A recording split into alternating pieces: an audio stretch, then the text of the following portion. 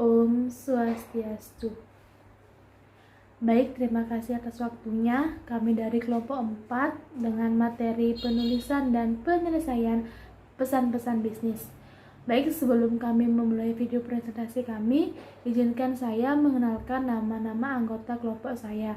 Yang pertama yaitu ada Gusti Nyoman Darmi Kususuma Dewi dengan NIM 19011002, Nikomang Ayu Lidiawati dengan NIM 19011030, dan saya sendiri Nikadek Widya Stuti dengan NIM 19011033. Baik, langsung saja saya mulai. Yang pertama yaitu ada pengertian pesan bisnis.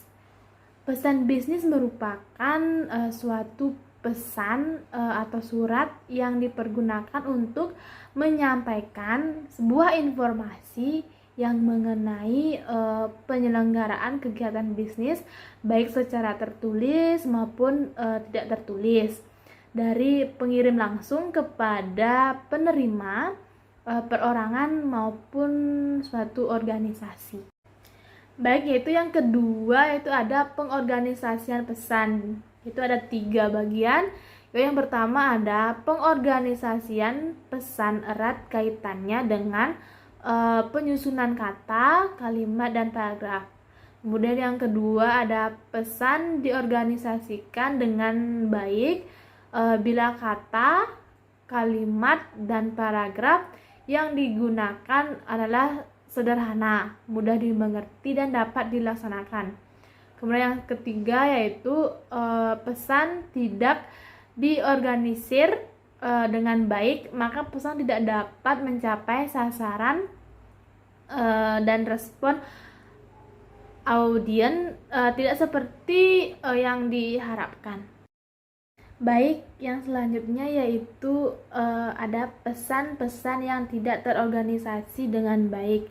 Di sini kami mengambil menurut para ahli, yaitu menurut Purwanto 2006, menurut Buff dan Til 2007, kemudian Dewi 2007, di mana mereka menyatakan ada beberapa hal yang dapat menyebabkan pesan-pesan tidak terorganisasi dengan baik, yaitu yang pertama ada bagian awal terlalu panjang, dalam artian terlalu bertele-tele sehingga akan mempersulit penerima dalam memahami maksud pesan. Kemudian yang kedua yaitu ada memasukkan informasi yang tidak relevan sehingga mengkaburkan pesan pokok dan membuang waktu untuk membacanya. Kemudian yang ketiga yaitu ada menyajikan ide-ide secara tidak logis sehingga substansi pesan sulit dipahami.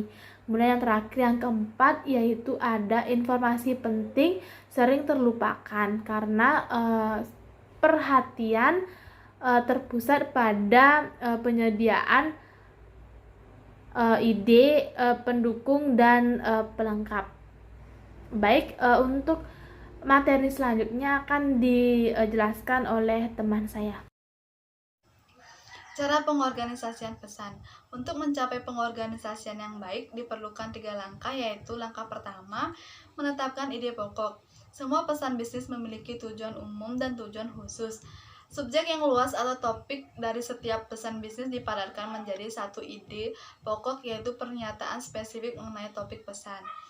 Bila pesannya panjang dan kompleks, maka perlu dibuat outline yang berfungsi membayangkan hubungan antara bagian yang satu dengan bagian yang lainnya dan menuntun penyampaian ide-ide secara lebih sistematis, efisien, dan efektif.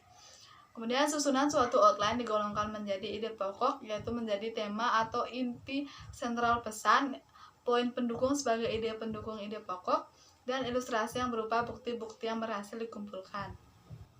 Langkah kedua yaitu mengelompokkan ide. Mengelompokkan ide dibagi menjadi beberapa bagian. Yang pertama, ide pokok umumnya didukung oleh beberapa ide pendukung. Yang kedua, dalam menyiapkan pesan yang panjang dan kompleks, maka perlu dibuat outline yang berfungsi membayangkan hubungan antara bagian yang satu dengan bagian yang lainnya dan menuntun penyampaian ide-ide secara lebih sistematis, efisien, dan efektif. Yang ketiga, susunan suatu outline digolongkan menjadi ide pokok, yaitu menjadi inti atau tema sentral pesan, poin pendukung sebagai ide pendukung ide pokok, dan ilustrasi yang berupa bukti-bukti yang berhasil dikumpulkan. Langkah yang ketiga yaitu memilih pendekatan. Terdiri dari yang pertama, setelah mendefinisikan ide, langkah berikutnya adalah menentukan urutan yang digunakan dalam penyajian ide. Yang kedua, terdapat dua pendekatan yang dapat digunakan, yaitu pendekatan langsung atau deduktif, di mana ide pokok ditempatkan di bagian awal, diikuti ide-ide pendukung berupa argumentasi atau bukti-bukti. Pendekatan ini digunakan bila audiens diperkirakan akan bereaksi positif atau menyenangkan saat menerima pesan. Kedua, pendekatan tak langsung atau induktif. Argumentasi atau bukti-bukti pendukung disajikan di awal lalu diikuti ide pokok. Pendekatan ini digunakan bila audiens diperkirakan bereaksi negatif atau tidak menyenangkan saat menerima pesan. Pemilihan kata yang tepat. Dalam menyampaikan pesan-pesan bisnis, baik secara lisan maupun tertulis, perlu memperhatikan hal-hal berikut. Yang pertama, gunakan kata yang familiar atau dikenal dan lazim digunakan dan sesuai dengan pendidikan dan pengalaman audiens. Yang kedua, pilih kata-kata yang singkat dalam menyampaikan pesan bisnis. Yang terakhir, hindari kata-kata yang bermakna ganda atau multitafsir. Membuat kalimat yang efektif. Yang pertama, kalimat harus disusun secara sadar dan sengaja untuk mencapai daya informasi yang tepat dan baik. Yang kedua, terdapat 3 jenis kalimat, yaitu kalimat sederhana, yaitu kalimat yang hanya memiliki satu induk kalimat, satu subjek, dan satu predikat. Kalimat majemuk yaitu berisi 2 atau lebih klausa independen dan dihubungkan kata penghubung seperti dan atau tetapi. Kalimat kompleks yaitu berisi sebuah klausa independen dan 1 atau lebih klausa dependen sebagai anak kalimat. Baik, di sini saya akan melanjutkan menjelaskan mengenai cara mengembangkan paragraf. Ada 2 pendekatan untuk mengembangkan suatu paragraf. Yang pertama itu pendekatan induktif dan yang kedua pendekatan deduktif. Pendekatan induktif yaitu dimulai dengan berbagai alasan baru dibuat kesimpulannya. Dan pendekatan deduktif dimulai dari kesimpulan dan diikuti alasan-alasannya. Serta suatu paragraf dapat dikembangkan dengan ilustrasi yang dapat memperjelas ide pokok dan perbandingan yang menguraikan persamaan dan perbedaan. Pembahasan sebab akibat yang memusatkan uraian pada alasan-alasan mengenai sesuatu. Klasifikasi, yaitu memecah ide umum menjadi beberapa kategori spesifik. Dan yang terakhir, pembahasan pemecahan masalah. Nah, dalam setiap paragraf, pusatkan pada ide tunggal dan harus tetap dijaga sebagai kesatuan ide yang utuh. Gunakan kata transisi, kata ganti sebagai penghubung antar kalimat. Baik, di sini saya akan melanjutkan menjelaskan mengenai merevisi pesan bisnis. Pesan bisnis yang efektif untuk bisa sampai di tangan penerima pesan dan mendapat respon yang diharapkan membutuhkan beberapa tahapan proses pembuatan, yaitu yang pertama perencanaan pesan, yang kedua perorganisasian pesan, dan yang ketiga revisi pesan. Revisi pesan berhubungan dengan keterampilan revisi pesan-pesan bisnis, membuat kalimat yang efektif, mengembangkan paragraf, revisi pesan bisnis, dan yang terakhir penyuntingan pesan.